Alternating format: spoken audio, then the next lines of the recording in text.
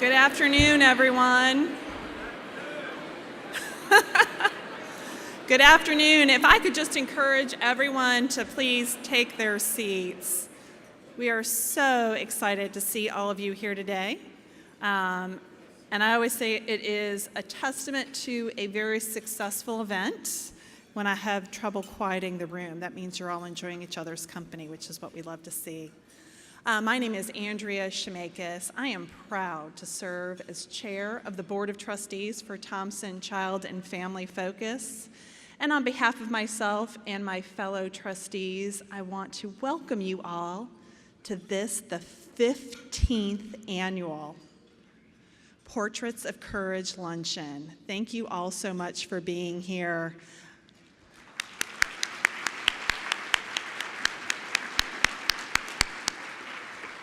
I know for some of you, this is your 15th luncheon. Welcome and thank you for your continued commitment and dedication to Thompson. For some of you, this is your first. We hope of many to come annual luncheons and look forward to seeing you all very, very soon. As you know from the materials you've received today, this year's theme for the annual luncheon is transformation. And when I stopped to think about this year's theme and that word, transformation, so transformation is a noun, but its root is the verb to transform or to be transformed. At this point, you can all probably tell I'm a lawyer.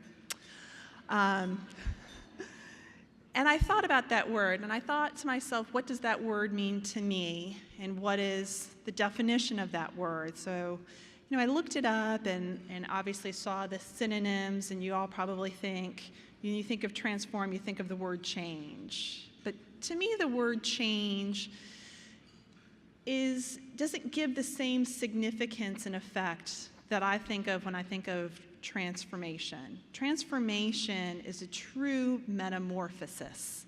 It is a permanent transformation of one thing into something else.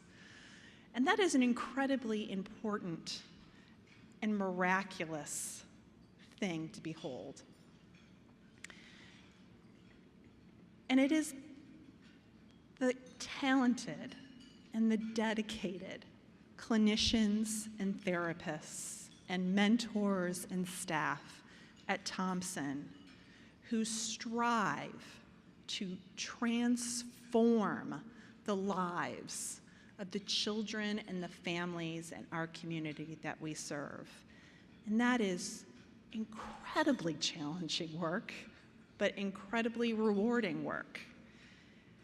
And today you'll hear from Cedric, one of our therapists, and you'll hear him tell the story and introduce John Valverde, who's here today, whose life was truly transformed by the work of Thompson and the commitment and the dedication of the Hall family and the Valverde family, who are also here today. And all of that work is just not possible without each and every one of you in this room and your financial support to Thompson and its mission. And so for that, I am greatly and deeply thankful. Well, with that, I don't want to take up too much more heavy time, and it really, truly wouldn't be a Thompson luncheon without a little bit of entertainment. And so with that, I'm going to turn it over to and introduce to you a very, very good friend of mine, a fellow Thompson cheerleader, a Thompson Child Development Center parent, Heather Lawrence.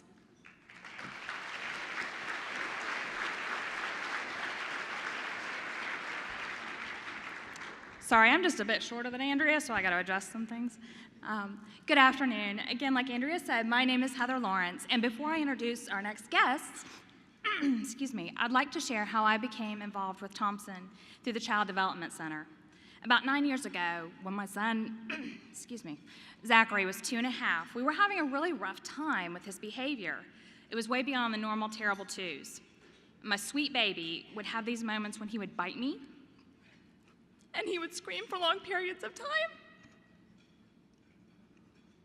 I promised I wouldn't cry. I talked with other moms, and I talked with my pediatrician, and nobody knew what was going on. And finally, someone suggested Thompson. Now, I never heard of Thompson before, so you can only imagine my excitement when they said they could help. And as it turned out, it was a sensory processing disorder that was causing Zach to act out. They helped Zach, and they helped our family with weekly occupational therapy sessions for him, confidence and education for me, and incredible support on a daily basis from the teachers at the TCDC staff. Now, Zach absolutely transformed into a happy, healthy child, and I transformed into the parent that my child needed me to be. I'm so happy to say that he learned how to work with his sensory issues. My sweet, soon-to-be sixth grader is a straight-A student who loves math. He is also a reading mentor at his school for younger children, and he will compete later this year at the National Football Academy's National Quarterback Competition in July. Now,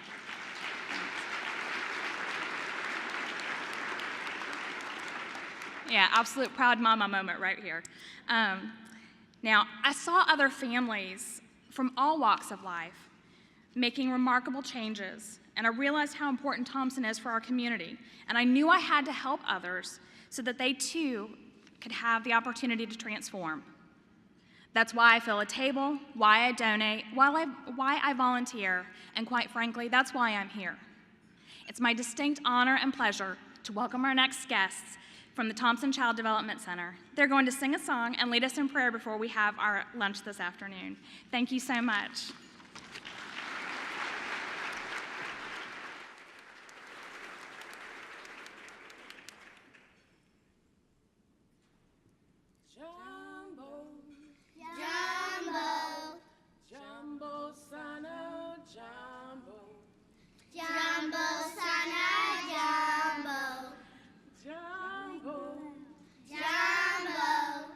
Jumbo,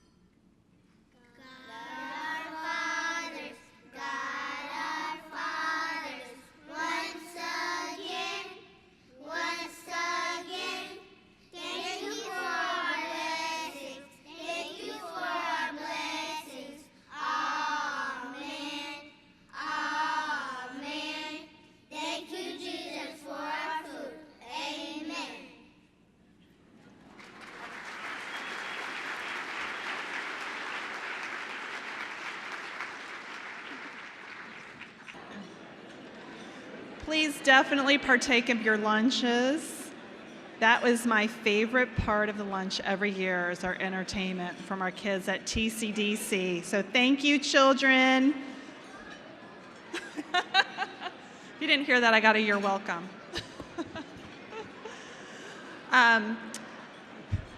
While you're eating, I'm just going to start with a few announcements. I definitely want to take this opportunity to acknowledge and to thank our key partners in this luncheon. First, I would like to thank NFP, who is our presenting sponsor this year. Thank you so much, NFP, for your generosity. We have 4 patron sponsors for this year's luncheon. They are Brick Street, Steritech, Rogers Builders, and Steel Fab.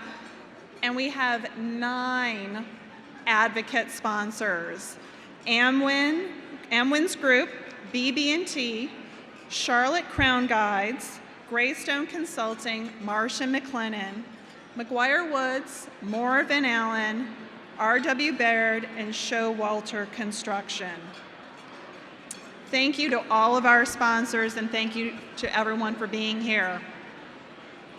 It's at this time that I ask for our fellow trustees and our table captains who have put in just countless hours for this event and for Thompson to please stand and be recognized. If everyone could just take a moment to stand and recognize and thank our trustees and our table captains. Thank you.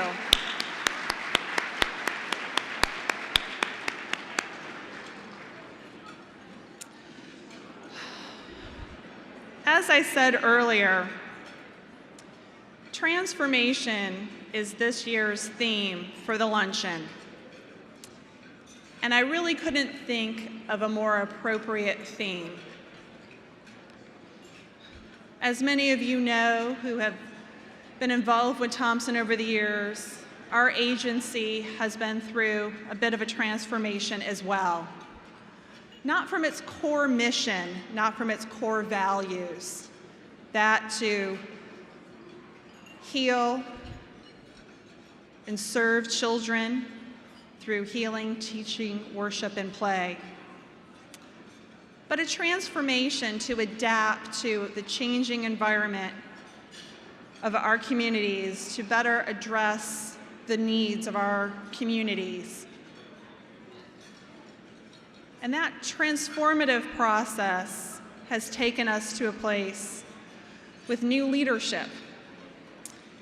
And I am incredibly excited and proud to introduce to you all today at the annual luncheon the new president and CEO for Thompson, Will Jones.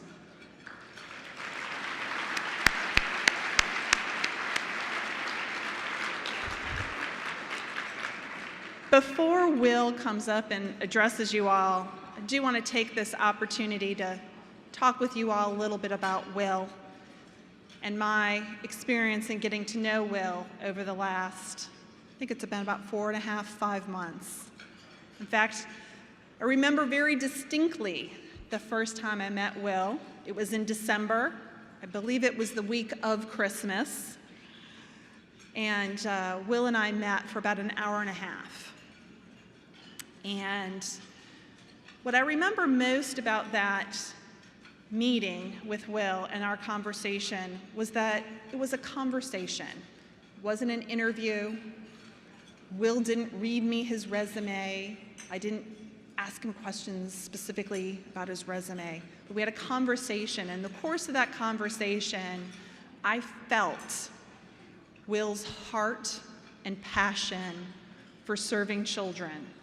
He talked very enthusiastically about his experiences in the child welfare industry and what had brought him to work in this area for the last 20-some years. And we met for about an hour and a half, and I remember walking back to my car, and I was truly excited about what Will was bringing to the table, what Will could do for Thompson from his background, his experience, his vision, and his heart. And it was that enthusiasm that really enveloped the entire search committee and board and staff and leadership of Thompson through the interview process. And so I could stand up here for another half an hour, but nobody wants to hear that. What they want to hear is directly from Will. So I'm going to give Will the opportunity to speak to you all now in his own voice and his own words about his background and his vision for Thompson. Will.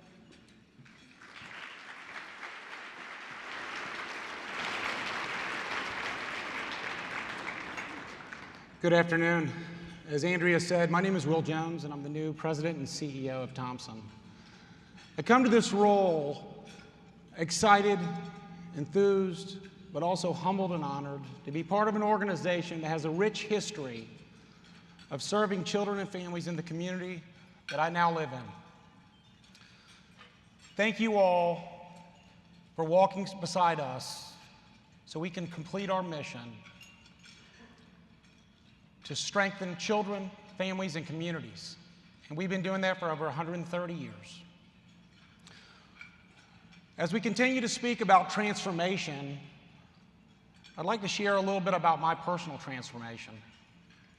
Over 23 years ago, I applied for a youth care worker position in a residential facility in Orlando, Florida. Unbeknownst to me, this initial step into human services was going to change my life and change my heart forever. Day one on the job, I had an opportunity to meet a young man by the name of Donnell. He was 17 years of age at the time. He had been living in that facility for a little over a year. The major part of my job was to do two things, two simple but sometimes difficult things as we deal with complex situations. One is to build relationships with the youth that are there, and two is to provide mentorship to them. Donnell and I hit it off immediately. We began to develop a relationship quickly and had some things in common. We both love basketball, we both love reading, we both love Sports Center. And as we began to build that relationship, the walls and the mask of his trauma began to come down. And he started exposing himself to me by sharing his life journey. And it was his life journey that led me to be a child advocate for a little over 23 years and brings me here today to work with Thompson. He had shared with me that he had been abused physically and emotionally, neglected by those entrusted and had the responsibility to love him the most, his parents.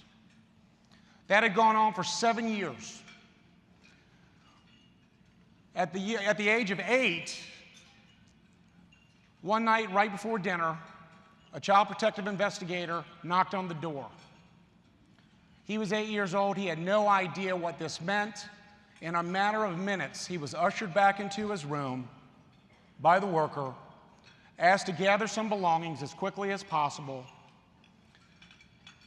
He was handed a black garbage bag to put his things into. He put his belongings into that bag, flipped them over his shoulder, and walked out of his home for the last time at the age of 8. Within an hour, he was pulled into a community that he did not know, was ushered to a door of a house he did not know, was introduced to a pleasant lady who had a big heart he did not know. He was ushered back into a bedroom he did not know and ushered to a bed that was unknown to him at the age of 8. Donnell went on to say to me, "This is where they first went wrong." And I asked him a little bit more about what that meant. He stated to me his foster parent was so loving and so caring. However, she wasn't able to deal with the first 7 years of his life and the trauma that he was exposed to. And I couldn't even describe it to you in this type of a setting. Needless to say, it was horrific. 45 days later is when a clinician finally engaged with him to begin the healing process and instill a little bit of hope in Donnell. I'll never forget when he said, "This is when the system first went wrong."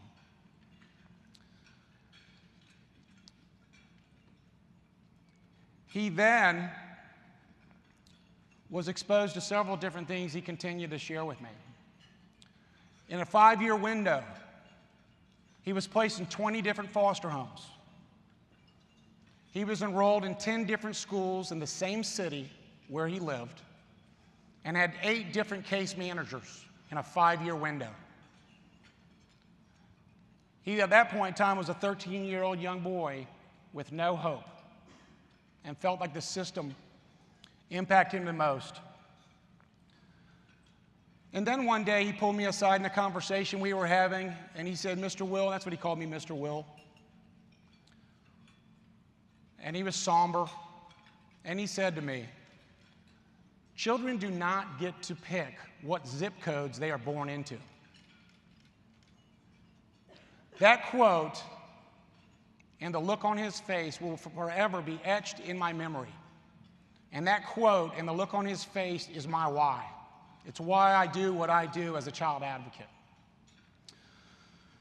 We continue to work together until he aged out of the system. Despite all that he had faced, I was amazed at this young man's courage and resiliency. He refused to let what he called his bad luck of being born into the wrong zip code affect his future in a negative way. Several years later, somehow he tracked me down, not sure where I was at the time, but got a letter to me. And it was a simple letter. He simply said, "Thank you for taking the time to show interest in me and my life. All is well. I'm now a social worker. I have a 3-year-old son, and I'm married." He then attributed just a small piece of his life transformation to me doing nothing but listening to him. Unfortunately, I was not able to return the favor because the reality of that situation is he transformed me and my heart much more than I ever transformed his. And that is my why. Often as a leader and as an individual, I go to a Ben Franklin quote that helps me embrace transformation in myself, personally, professionally, and in organizations I've been honored to lead. It's a simple quote, but yet some things are so difficult to do. "When you are finished changing, you are finished," Ben Franklin said. At Thompson, as Andrea said, transformation is not a destination, nor should it ever be. It is a journey, and it's a never-ending journey. We must continue to transform as an organization so we can perpetuate and provide quality care for children and families entrusted to us. Well, I'm here to present some good news. Transformation is alive and well at Thompson. In the last year alone, we've seen that. We implemented a partnership with Bethlehem Center of Charlotte, where we began serving Head Start and Early Head Start children in our Child Development Center on the west side of the city. 77 additional kids served per day in that program. 46% more youth in North Carolina were served this year by Thompson than last year. 76% of the children in our residential programming in Matthews reported to have mental health gains in the last year. These outcomes are something we want to be proud of and we're grateful for. Our work is just beginning, and we need your help to do it. Just the other day, I was reading some statistics about what's happening in our community. Child poverty has increased 62% in Charlotte-Mecklenburg since 2007. Child abuse numbers are at a 10-year high right here in this city where we sit in today eating lunch. And for this reason, our vision has to be a bold one. You see, our vision at Thompson is to not let a zip code of a child dictate their outcomes in life.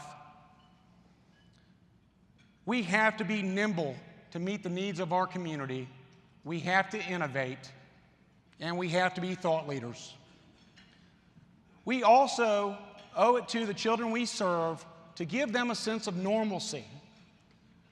They should be given the same opportunities to succeed as I give my 5 children and you give your children and grandchildren. While I know we can't do this overnight, our vision is to serve 20,000 plus children a year by the year 2020. While we have a wide array of services at Thompson, from child development centers to other prevention services to intervention services, both community and residential, it only costs Thompson $1,300 a year to impact a child in our care. You do the math. We need millions of dollars to achieve our 2020 vision of serving 20,000 children per year here in this organization. We cannot accomplish this alone. We have to invest into our children, and we have to do it now. And if we don't do that, we're going to pay the consequences later in life. I ask one simple question. Will you take this transformation journey with us? Thank you. My name is John Valverde, and I am 17 years old.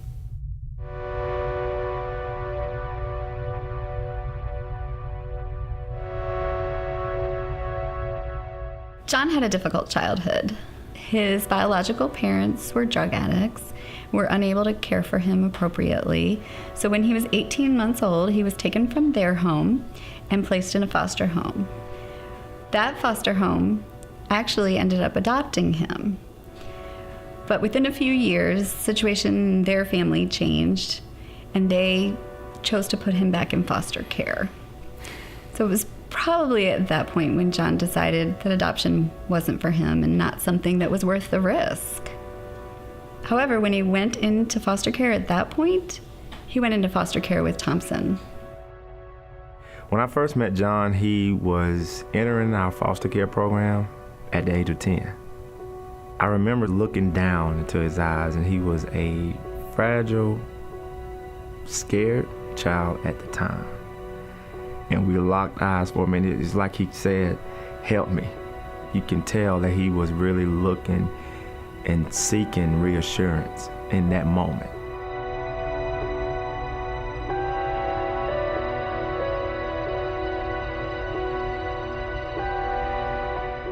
John had already been through a lot of difficulties and tragedies in his life, but one morning when he was with his foster mom, and he had been with her for 4.5 years, he woke up to her in respiratory distress.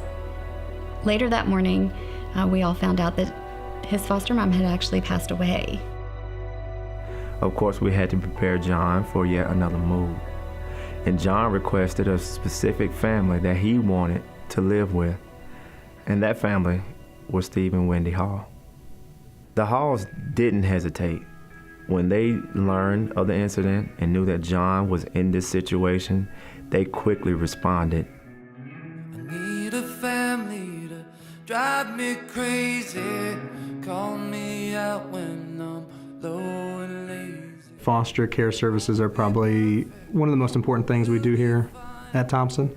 Research actually does show that within foster care, The two main ingredients that produce change is the relationship between the foster parent and the child, but also the relationship between the foster parent and their support staff. I think it's really important because it meets the immediate needs of a child, but it also can go so much further than that. And so our experience has been is that we have a place and a home and a family that is just really committed to bringing in children that are hurting, that need some more healing in their lives, but then ultimately to prepare them for their next stop, and that's a forever home. You are the memory that won't ever lapse when 25 years have suddenly passed. Wherever you take me, it's clear I will go. Your love's the one love that I need to know. Your love's the one love that I need. As the halls continue to provide the safety net for John, we also had to work towards helping John heal. And as a result, we had to talk about finding John a forever family once again. Here we are as a family thinking about what John's future is going to hold, and each day he's getting older. And you start to feel like, okay, what does his future hold? I mean, the statistics for children the age of 16 getting adopted are just minuscule.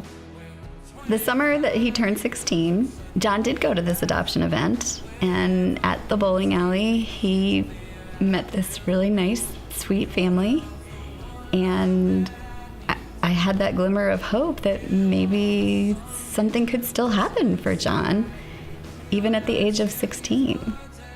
The first time that I met John was at an adoption event, and we got the opportunity to bowl with about 15 or 16 kids. And John was the one that we were really connected with. We felt a connection with him, and I just really felt like he was the one that we were supposed to pursue.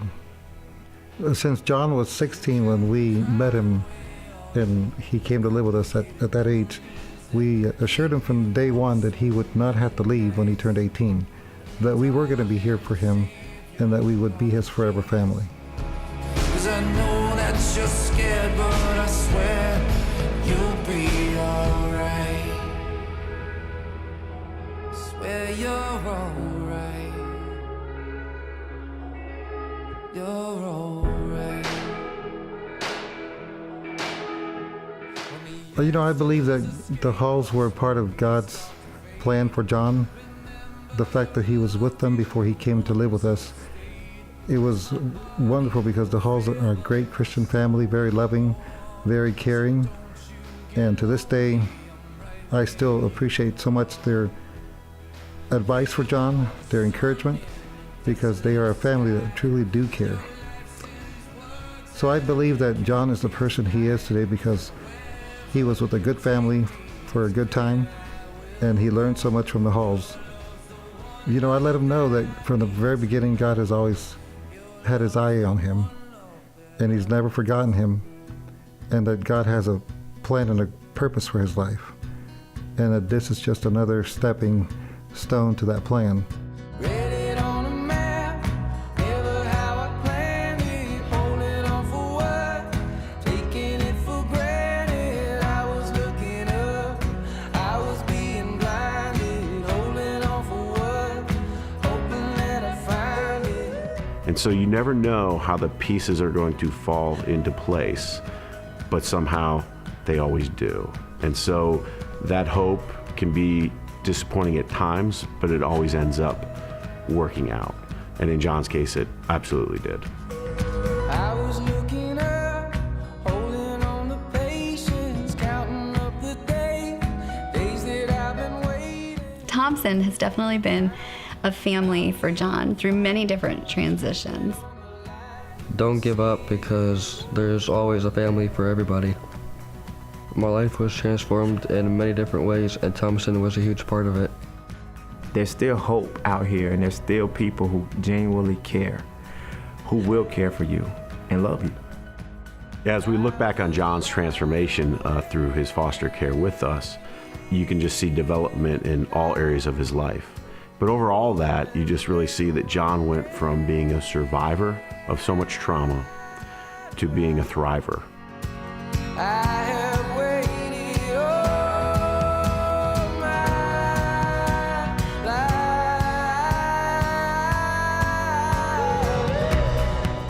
It's been an absolute privilege to see such an amazing transformation in John's life.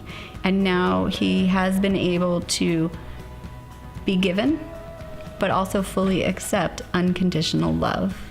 And it's taken this forever family for him to have the confidence and the stability to know that he will be loved forever.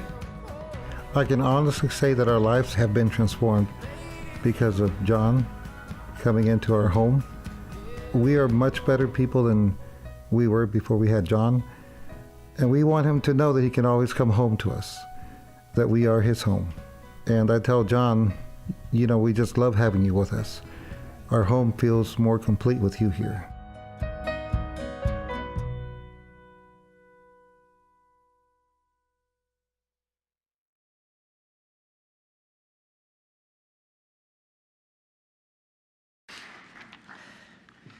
Well, I just have to dry my eyes. Good afternoon. Okay. Thank you, guys. It's a pleasure to be here today in front of everybody. But it's also a pleasure to introduce a young man. But first, before I introduce this young man, I want to tell you a little bit of who I am. I'm Cedric Court, and I've been a member of the Thompson family now for 11 plus years. It is my honor to tell you a little more about the young man that we just met in the video, John. It's a young man whom I've had the opportunity to know and care for over the last 8 years. As I stand before you today, I stand with honor and pride. And as I've witnessed John transform, as a guarded 10-year-old, now to an old, fine young man who will be 18 in weeks, okay? I've never forgot the first time I met John. He was staring at me with those big blue eyes. And I remember looking down into John's eyes, and we locked eyes, like I said in the video. And he was there, and he was standing as if he was saying, help. Throughout John's journey, he has been a true example of resilience. He is a survivor, and he is also a leader. Over the years, John has had an impact on many lives throughout our foster care program at Thompson's, including mine. As we all know, trauma is real. And this is what makes our work even more real here at Thompson's.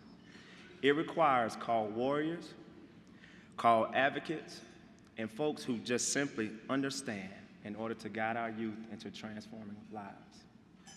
As a witness of John's transformation, I realize that it truly takes all of us. It takes a village. So we can become vessels to be used to do the work that God has called us to do. So now I'm pleased and honored to introduce my friend and the only person on the planet more proud of John than I am, his family behind me. So I introduce to you today, John.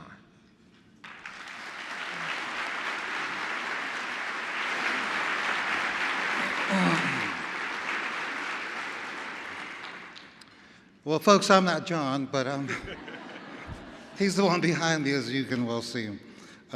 Little change here. My name's Stephen Valverde. My wife and I, we had the heart to, and the desire to adopt. And a couple of years ago, we adopted a young lady, 15 years old. Her name's Lizzie, and great girl. Then John came along, and we were so glad to have met him at a bowling event.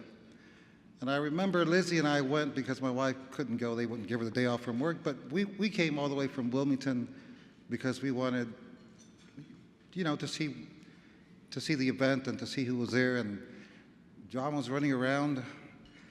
But we didn't realize he was for adoption. We thought he was somebody's kid because in the books, he wasn't in there. So we got there a little early, and I remember Ms. Sandra Spencer said, go through the books and you can look at the different children that we have, you know, that we'll have for adoption. And as we were looking through the books, he wasn't there, but he was the first one we got to bowl with. And talking to John in those 5, 6, 7 minutes that we bowled with him, I just really felt the connection with him. And so I told Ms. Sandra, I said, Ms. Sandra, I want to take him home with us. And so she said, well, it doesn't work very, you know, like that, but she said, let's talk. And so we did. We started communicating with her, and a month later, John came to our home, and we were able to have him over for the holidays. And he came for Thanksgiving and Christmas. Then he moved in right after the year and started the new school, the second semester with us. His adoption was completed by his birthday, which was what he wanted. And to us, we've really been blessed to have John. Our family continues to grow, as now we're going to be having twin boys that we're adopting, 11-year-olds, and they fight with John all the time, but they love him. But I just want to say thank you, all of you that are here today that are coming to this event to see how you can make a difference in the life of the children. But I want to say thank you to Thompson for all that you've done for John and the care that you've given him, the love and that he has received over the years from the staff and the foster parents, but especially the Hall family. I know they came in his life at a critical time when he was needing someone the most to hold him up and to love him and to accept him. And as he tells me, it was a difficult time for him after his current foster mother had passed away. He wanted the Halls, and he even said, I requested them. So, folks, it reminds me that, the Word of God says in Philippians 1:6, he who began the good work in us, he'll be faithful to complete it. And so he's the one that does a transformation in our lives. And I'm so thankful that God has done a great work in the life of John. And we know that, as the Bible says, we grow here a little, there a little, line upon line, precept upon precept. And I know that the chapter's just begun. I want to share just a little letter that I had written the social workers. Anne is here also, the guardian ad litem. She's down there, and she did a great work with John as well. Thank you, Anne, for coming. But I wrote a letter to his people May the 12th, and I wanted them, I just want to read this to you. Usually every week I would write him a letter, but this is what I wrote, that last letter. Just wanted to write you and let you know that John is so happy about the adoption papers being signed. The day that we signed them, that afternoon, he came to me and thanked me for having signed the papers and said, it means more to me than you'll ever know. He then said to me, I love you, Dad, gave me a kiss on the cheek and a big hug. I really wanted to cry. What a grateful, sweet young man he is. We just love him. On Mother's Day, he wanted to get my wife a card and a gift. He went and picked out the one that he liked along with the gift. He wrote her a beautiful message, and he gave it to her and wished her a happy Mother's Day. This week, he asked me if there was one thing that I could change about him, what would it be? And I told him that he would have been with us from day one of his life. Truly, we are so blessed to have him as a part of our family. I'm going to skip a couple of paragraphs here. Once again, I can't thank you enough for all that you've done for John and for us. We're so excited, and we're looking forward to the papers to come in the mail. And as this chapter in John's life comes to an end and the new chapter rolls in, I promise to all of you that we will always love John as our own son. He will always have a place with us, and we will always be there for him. In the good times and the rough times, he is truly a remarkable young man. We all love him. I am looking forward to Father's Day next month. We have a trip planned somewhere. I know that you all love John very much, and that's why we celebrate his new life with us. Thank you, folks.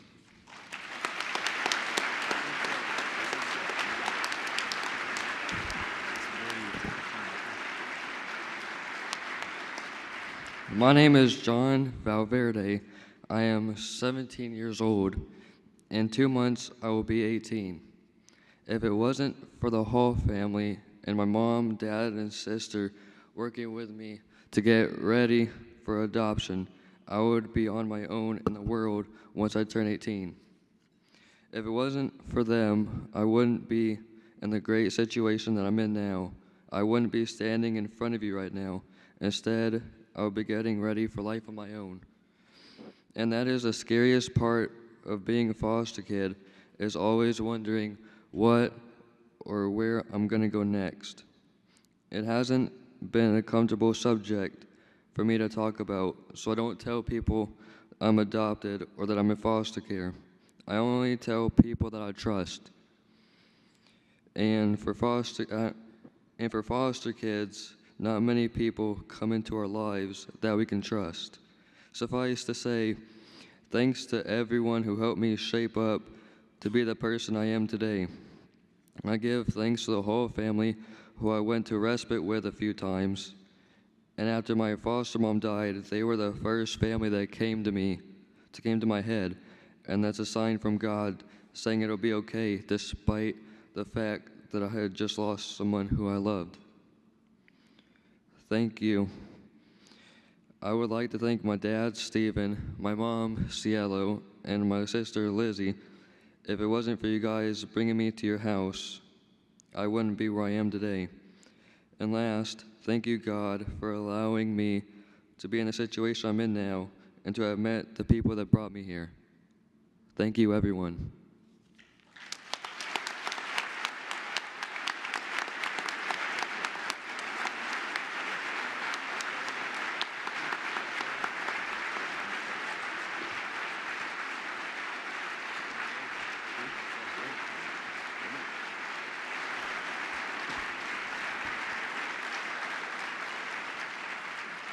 Yeah, you should stand and give him a hand. Give him a hand.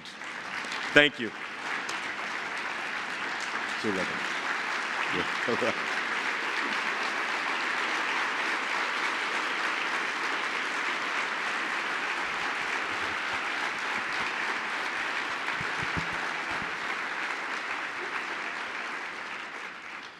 Well, you know what time it is. For those of you who've been here before, it is now the ask. But before we get to that, I want to speak about transformation, and I want to speak about this young man standing next to me. This is transformation. Off the heels of a disappointing potential adoption just days before, you were put in a car and taken to a bowling alley for what I call speed dating for foster care. There, you are paraded from person to person, just like a bunch of other kids, and they make a decision. And somehow in that, I don't know how, you decide that all the hurt in your life, all the disappointment, all the pain is worth putting on the line again to be loved. That is what this young man did. As parents, as foster parents, we were, to say the least, worried as John continued to age. The statistics are terrifying. Within 18 months of aging out of foster care, 66% of youth are either homeless, incarcerated, or dead. 66%. John is a survivor, and he is a thriver.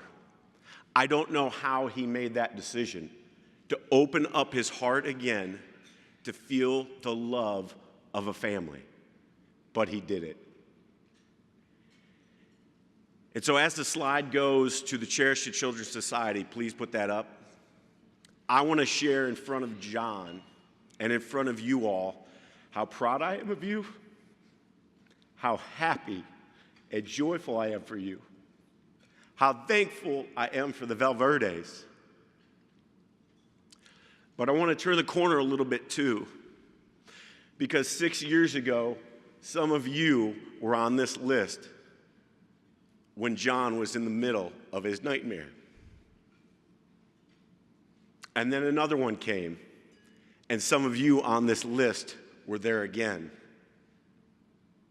And when John left our house and we received another foster daughter, we know that you're here as well. So John, thank you for sharing boldly, for giving us all hope, for giving us all courage, for all giving us joy and a belief that God is never done with us.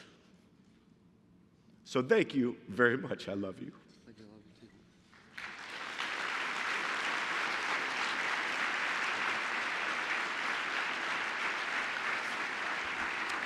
That is a portrait of courage. And so as I've shared, these names on this list, represented by the purple ribbons in this room, represent an investment in hope. They represent an investment in the work that is being done in Thompson. And this is what they represent. And I want to be clear about this because I've talked about it from this podium for many years now. It is you that makes the difference. Long time ago, the leadership at Thompson decided that the basic care that was provided by the government and the state, while generous, was not enough, and that they wanted to include the community in their efforts so that not only basic care would be provided, but transformative care would be provided. And so instead of making bad decisions, they can make decisions full of hope and full of joy and full of power. It is because of the work of the people in this room that that can happen. So I have a request. Many of you have walked in here today deciding what you're going to give. I'm going to challenge you to rethink that. I'm going to challenge you in light of the hope that you've seen, because if John were up here 6 years ago telling you what would happen to him, you would be excited to be a part of it. And what I can assure you is that work is continuing now, and those children and those families and those caregivers need you now. I know that because I'm there. I know that because I've experienced it. So thank you to these people up on the board who have made a 5-year commitment to seeing through. We know sometimes it lasts longer than that. Table captains, if you could please pass out your pledge cards now. Here's the deal. We have work to do. We have great work to do. We have exciting work to do, and I am ready to make it rain in this ballroom this afternoon. So, is everyone with me? Because you seem a little subdued today, because I'm really excited about what I've seen here today. I'm really excited about the smiles that I see in this room. I'm not afraid to cry. And I'm not afraid because you know what? Because I've seen a miracle happen in front of my eyes. So table captains, you're getting those through.